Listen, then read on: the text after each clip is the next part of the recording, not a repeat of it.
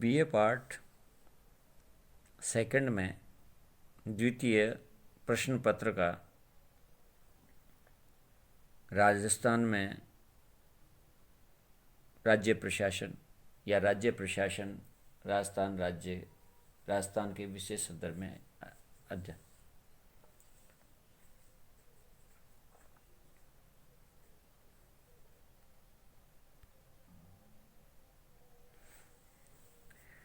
राजस्व मंडल राजस्व विभाग के सभी प्रकार के मामलों का निस्तारण करने का मुख्यालय है।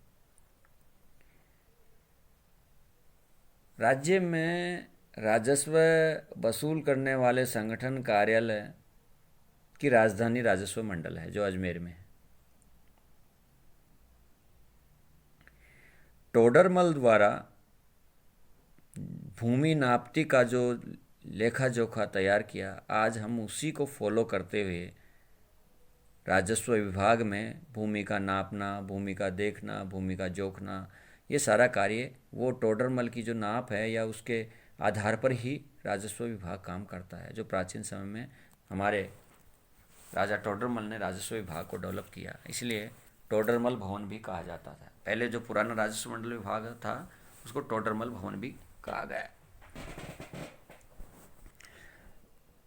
तहसील है, उपखंड कार्यालय है, कलेक्ट्रेट है, संभागीय आयुक्त हैं।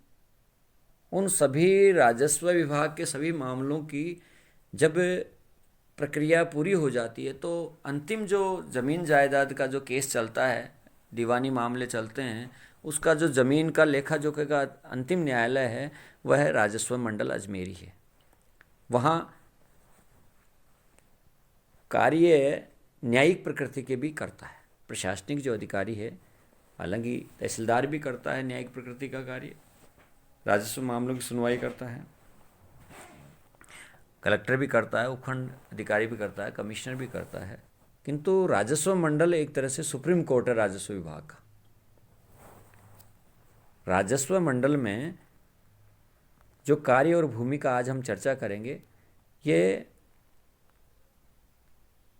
राजस्व मंडल दो प्रकार के कार्य करता है, न्यायिक प्रकृति के कार्य और प्रशासनिक प्रकृति के कार्य। न्यायिक प्रकृति के कार्य ये हैं, जैसा कि मैंने बताया कि राजस्व मंडल राजस्व विभाग का सर्वोच्च न्यायालय है या सुप्रीम कोर्ट है। Revenue board as a supreme court of revenue department, सर्वोच्च न्यायालय राजस्व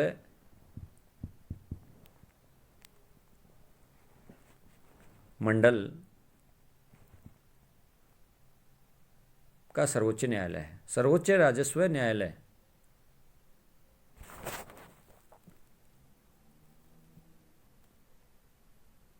भू राजस्व से संबंधित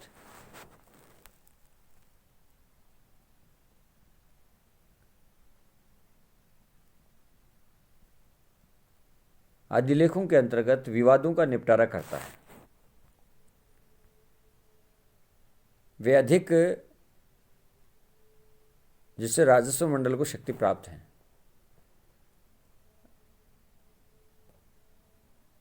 राजस्थान का जो राजस्व मंडल है, राजस्व भूमि सुधार, राजस्थान भूमि सुधार और जागीरदारी पुनर्ग्रहण अधिकार 1752, इसके आधार पर निर्णय किए जाते हैं। राजस्थान सहकारी समितियां अधिकार 1933, राजस्थान जागीर निर्णय कर्मचारी वैधिकरण अधिनियम 1955 के अंतर्गत, राजस्थान खातेदारी अधिनियम 1955, राजस्व भू राजस्व अधिनियम 1756, राजस्व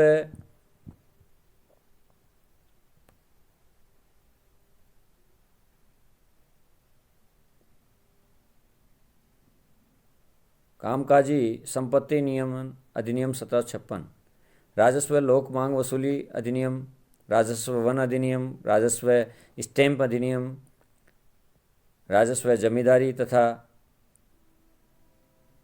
विश्वादारी उन्मूलन अधिनियम,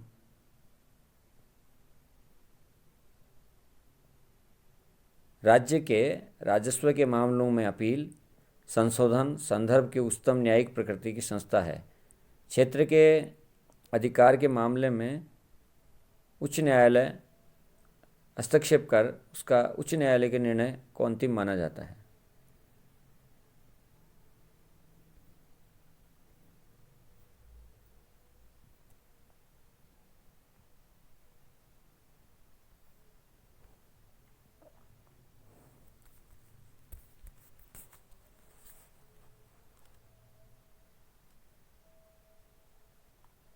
प्रशासनिक कार्य। राजस्व मंडल राजस्व प्रशासन की शीर्ष संस्था है। राजस्व प्रशासन से संबंधित अधीनस्थ अधिकारी एवं सेवाएं इसी के नियंत्रण में कार्य करते हैं। राजस्व मंडल से संबंधित नीतियों और विवादों का निपटारे निर्धारण के लिए राजस्व मंडल विभाग कार्य करता है। राजस्व मंडल के सुझावों को सिफारिशों पर आधारित होते हैं। मंडल के प्रमुख प्रशासनिक कार्य निम्न विषयों से संबंधित होते हैं।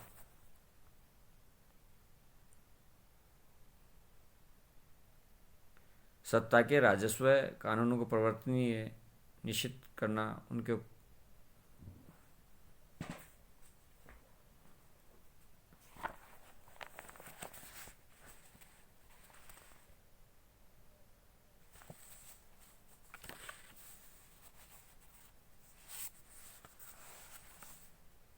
राजस्व के कानूनों के प्रवर्तन को सुनिश्चित करना, उसके संबंधित प्रशासनिक व्यवस्था पर निगरानी रखना। प्रशासनिक कार्यों में निम्न विषयों से संबंधित बता रहा हूं मैं।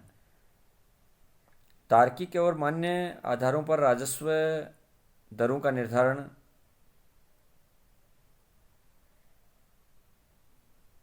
करना। राजस्व अधिनियम के संस्थाओं के कार्यों का निष्पादन करना। निरीक्षण और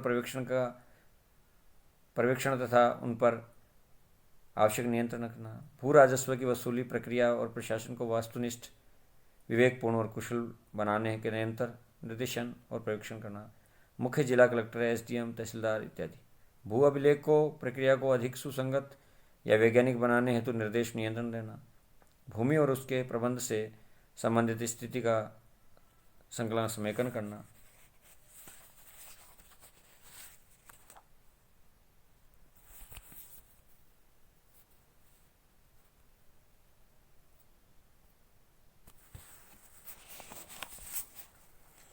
राजस्व नीति प्रशासन में सुधार संबंधी विषयों पर राज्य सरकार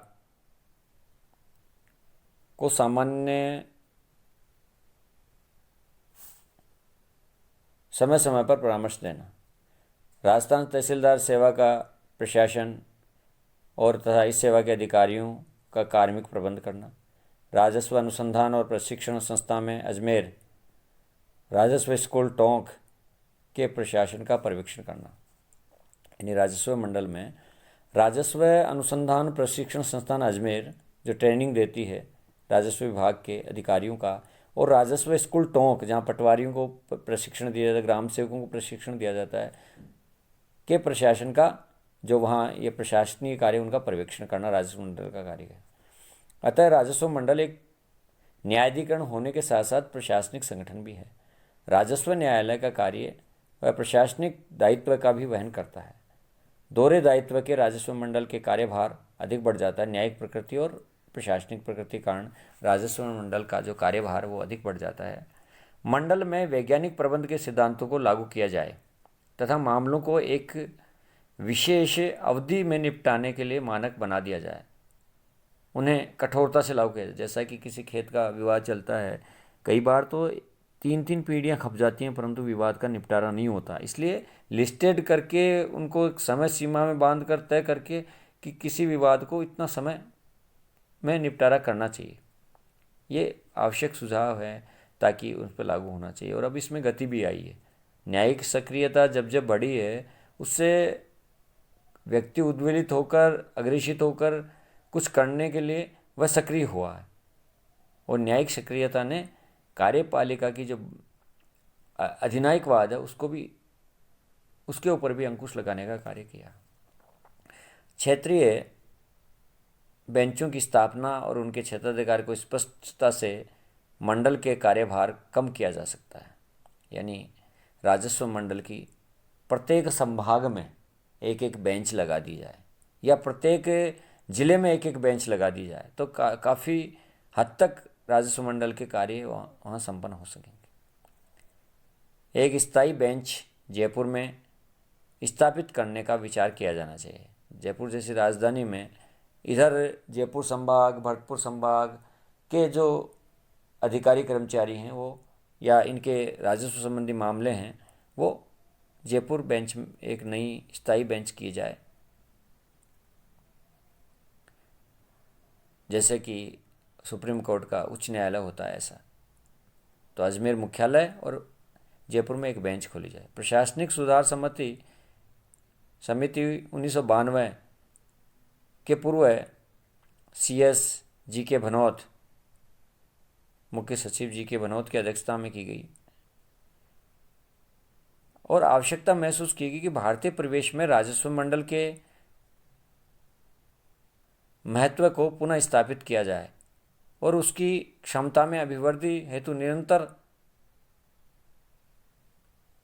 प्रभावी प्रयास करने चाहिए। जैसा कि मैंने बताया था टोडरमल भारत के राजस्व मंडल के एक जनक हैं, जो उन्होंने भूमि नापती का एक दृष्टिकोण दिया,